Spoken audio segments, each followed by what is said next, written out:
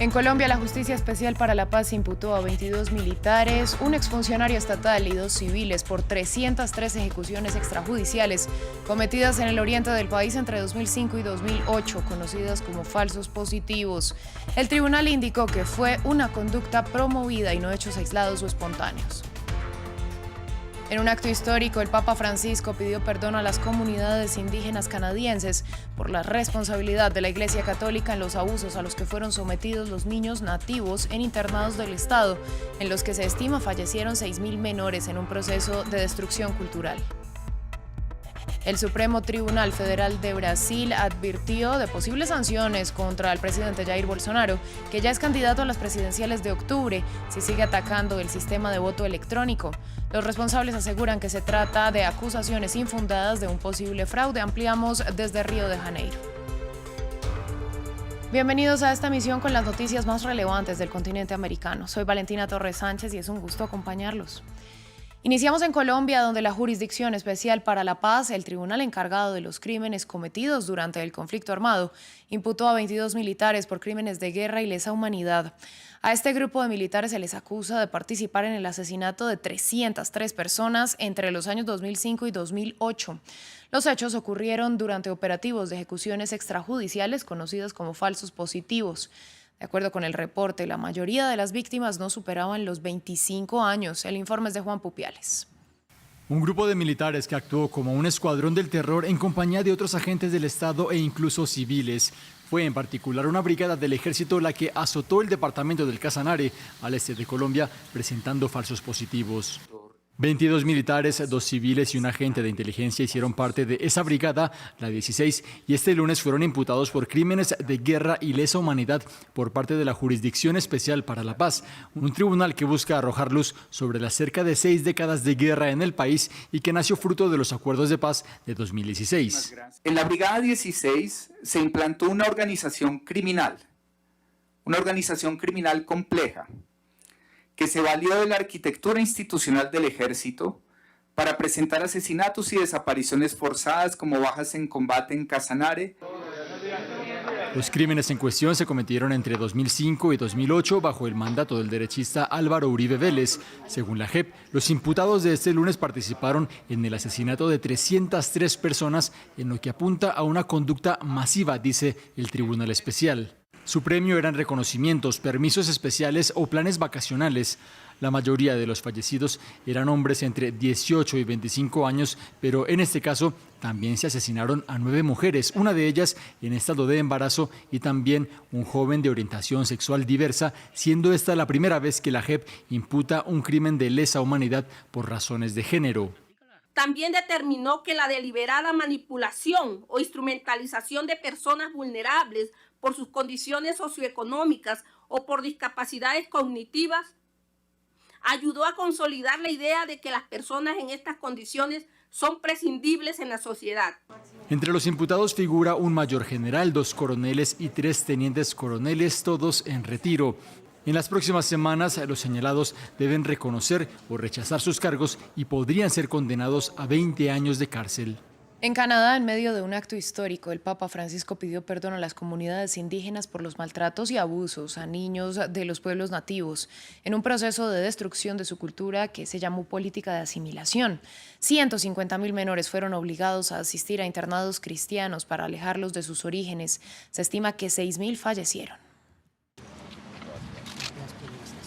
Una disculpa histórica esperada por décadas. El Papa Francisco pidió perdón a los pueblos nativos de Canadá por el maltrato que sufrieron en el país niños indígenas a manos de la Iglesia Católica. Pido perdón por la manera en la que lamentablemente muchos cristianos adoptaron la mentalidad colonialista de las potencias que oprimieron a los pueblos indígenas. Entre 1881 y 1996, más de 150.000 niños indígenas fueron separados de sus familias y llevados a internados cristianos financiados por el Estado, en un intento de aislarlos de su cultura, algo que la Comisión de la Verdad del país calificó de genocidio cultural. En las llamadas escuelas residenciales dirigidas por sacerdotes y monjas católicos, los menores enfrentaban con frecuencia violencia física y sexual o incluso morían de hambre. Pido perdón en particular por el modo en que muchos miembros de la Iglesia y de las comunidades religiosas cooperaron, también por medio de la indiferencia, en esos proyectos de destrucción cultural. Sobrevivientes y líderes indígenas agradecieron la visita del Papa. Es claro para nosotros que usted escuchó profundamente y con compasión,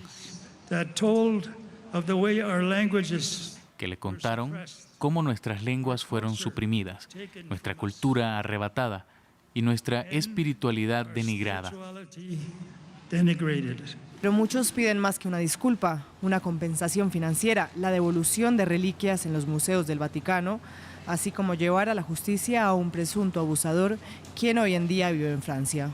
El año pasado, el descubrimiento de cementerios con cientos de niños indígenas que habían estado en estos internados puso la responsabilidad de la Iglesia Católica en el radar internacional.